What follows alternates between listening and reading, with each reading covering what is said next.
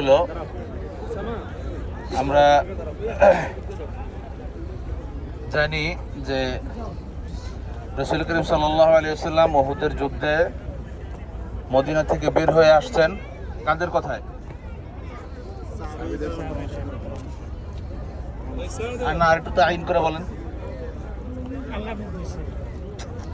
শাবাবদের, যারা শাবাব ছিল তাদের ছিল যে আমরা মদিনার বাহিরে বের হয়ে কাফেরদের বিরুদ্ধে যুদ্ধ করব।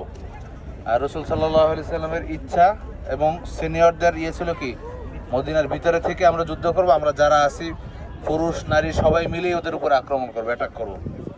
কিন্তু রাসূল সাল্লাল্লাহু আলাইহি সাল্লাম ইসরারের কারণে যুবকদের মদিনা থেকে বের হয়ে আসছেন। মদিনা মনে থাকবে তো, সবাই খেয়াল রাখবেন কোন দিক থেকে, পেছন দিক থেকে আসছে। ঠিক আছে, ঠিক আছে, যখন আরো উপরে উঠতে পারবেন তখন উঠে দেখে নেবেন এভাবে আসছেন। ঠিক আছে, আপনি ওখানে যে ম্যাপটা দেখাইছে এটার সঙ্গে মিলিয়ে দেখেন, দেখুন মিলে যাবে 100 এখান থেকে এসে এরপরে এখানে অবস্থান নিছেন কিভাবে? কাফেররা এই পাশে নিছে, ঠিক আছে, এটা হলো শিমাল, এটা হলো কি গর্ব, আর এটা হলো শার্ক।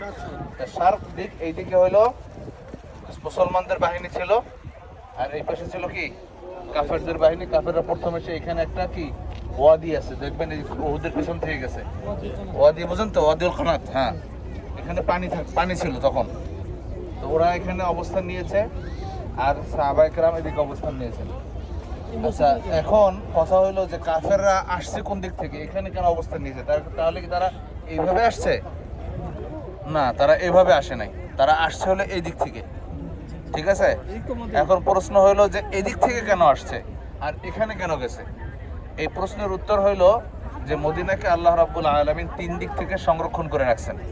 একদিক থেকে জাবালে উহুদ, এই পাহাড় দিয়ে 8 মাইল লম্বা, কয় মাইল? 8 মাইলের এই পাহাড় দিয়ে ঘেরাও করে রাখছেন। মদিনা বলতে আগে এই অংশে বুঝাইতো, এখন তো আপনারা মদিনা বহুত বড় দেখেন। এখন তাসাউর করেন যে মসজিদ নববীর এরিয়া, ওইটা হলো কি মদিনা। মদিনাকে আল্লাহ তাআলা এখানে সংরক্ষণ করছে কি দিয়ে? জাবালে উহুদ দিয়ে। আর এই দিক আর এই দিক, অর্থাৎ পশ্চিম এবং দক্ষিণ, এই দুই দিকে দুইটা হাররা আছে। হাররা বুঝেন? কালো কালো পাথরের জায়গা, যেখানে যার উপর দিয়ে চলা যায় না, এটাকে হাররা বলা হয়। ওখানে দেখবেন কালো কালো, আপনারা সাইড দিয়ে দেখেন কালো গর্ত গর্ত, ওটার উপর দিয়ে চলতে পারে না কেউ, এটাকে হাররা বলা হয়। মূলত এখানে ওই যে আগ্নেয়গিরি হয়, যে আগ্নেয়গিরি হওয়ার পরের যে পোড়া মাটি, ওইটা, ওইটার উপর দিয়ে কোনো উট বা কোনো কিছু মানুষ চলতে পারে না, এমনকি গাড়িও চলতে পারে না। আল্লাহ রাব্বুল আলামিন এই দুই দিকে দুইটা হাররা এলাকা দিয়ে, এই জন্য হারা শারকিয়া হারা গারবিয়া বলে না, এই দুইটা হাররা দিয়ে আল্লাহ তাআলা কি করছেন? সংরক্ষণ করছেন। এখন মদিনা ঢোকার অন্য কোনো রাস্তা নাই, শুধুমাত্র কি এই দিক। এই জন্য তারা এই দিক থেকে ঢুকতে বাধ্য হয়েছে। এই দিকে কেন আসছে? এই দিকে আসছে হইলো যেহেতু এখানে কি আছে? পানির ব্যবস্থা আছে, বুঝে আসছে। এরপরে সাথে সাথে একটা ঐতিহাসিক ঘটনা এটার সঙ্গে সম্পৃক্ত আছে, সেটাও আপনাদেরকে সংক্ষেপে বলি। সেটা হলো যে এই জায়গায় আজ থেকে আরো 3-4 হাজার বছর আগে ইয়ামানের বাদশাহ তুব্বা, হ্যাঁ, মদিনা আক্রমণ করছিল, তখনও সে এই জায়গায় অবস্থান নিয়েছিল। হ্যাঁ, মদিনার উপর আক্রমণ করার জন্য আসছিল।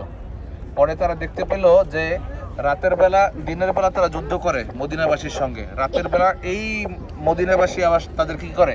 মেহমানদের করে, আপ্যায়ন করে, খাবার দিয়ে যায়। তো ওনাদের কাছে এটা আশ্চর্য লাগলো যে শত্রু বাহিনী আমাদের, যাদের উপরে আমরা আক্রমণ করছি, তারাই আমাদেরকে মেহমানদারি করছে। তো তখন ওনার যে পাদ্রী পণ্ডিত আছে তাদেরকে নিয়ে জিজ্ঞেস করলো যে এই ধরনের অদ্ভুত তো কোথাও দেখিনি, এমন কেন? তখন তারা বলছে যে এখানে একজন নবী আসবে আখেরি জামানায়, এই এলাকার সিফাতি হলো এরকম। ঠিক আছে, তখন উনি বলছে যে তাহলে আমি সেই নবীর সঙ্গে মিলিত হইলে আমি ইসলাম গ্রহণ করব, আর যদি আমি জীবিত না থাকি তাহলে সে যেই জায়গা আসবে সেই জায়গাটা আমি নির্ধারণ করে দিয়ে যাব। তো বলা হয়ে থাকে, ঐতিহাসিকরা বলে যে আবু আইয়ুব আনসারী রাদিয়াল্লাহু তাআলা আনহুর যে বাড়ি, যেখানে রাসূল সাল্লাল্লাহু আলাইহি ওয়াসাল্লাম অবস্থান নিয়েছিলেন, ওইটা ইয়ামানের বাদশা তুব্বার কর্তৃক নির্ধারিত জায়গা, বুঝে আসছে? তো ইয়ামানের বাদশা তুব্বাও এই জায়গায় কি আসছিল। এখানে ইত্তেফাক হইলো যে যারা মদিনার উপর আক্রমণ করে তারা এই জায়গাটা কি করে? বেছে নেয়। কেন? এখানে পানির ব্যবস্থা আছে হলো। আচ্ছা, এবার আসেন যুদ্ধ। মুসলমানরা এইখানে, কাফেররা হলো এইখানে। এখন বলতে পারেন যে কোন জায়গা, একটু দেখাই দিবেন? দেখানো সম্ভব না, এটা 1400 বছর আগের। মূলত এটাই হলো কি ভিউ। এখন কথা হলো যে যখন যুদ্ধ শুরু হয়, আপনারা জানেন যুদ্ধের শুরুর দিকে মুসলমানরা কি করছে? বিজয় লাভ করছে এবং কাফেরদেরকে ধাওয়া দিছে। ঠিক আছে, ধাওয়া দিতে দিতে এমন বলা হয় যে প্রথম যে লোক ছিল কাফেরদের সে ইয়ে পর্যন্ত চলে গেছে, আবিয়ারে আলী আছে না, মিকাত পর্যন্ত পৌঁছে গেছে, মানে দৌড়ে ঠেলায়, ঠিক আছে।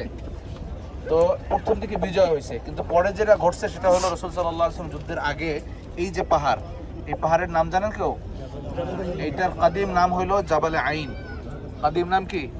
জাবালে আইন। কিন্তু পরবর্তীতে রাসূল সাল্লাল্লাহু আলাইহি ওয়াসাল্লাম 50 জনের যে বাহিনী এখানে দাঁড় করাইছিলেন তাদেরকে, তারা তীরন্দাজ বাহিনী ছিল। তীরন্দাজকে কি বলা হয়? রামিন জামা রুমাত। তো তাদের নামে এটাকে জাবালে রুমাত বলা হয়। সাহাই বুঝছেন? তো এখানে 50 জনের একটা বাহিনী ছিল, যার লিডিং এ কে ছিলেন? আব্দুল্লাহ ইবনে জুবাইর বিলজিম।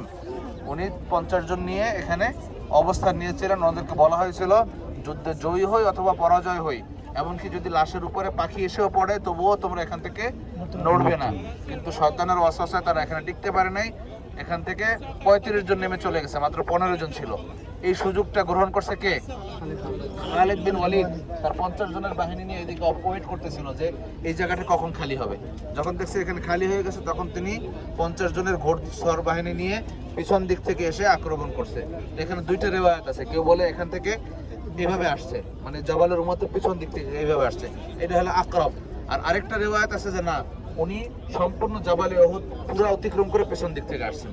দুইটা রেওয়ায়াতই আছে, ঠিক আছে।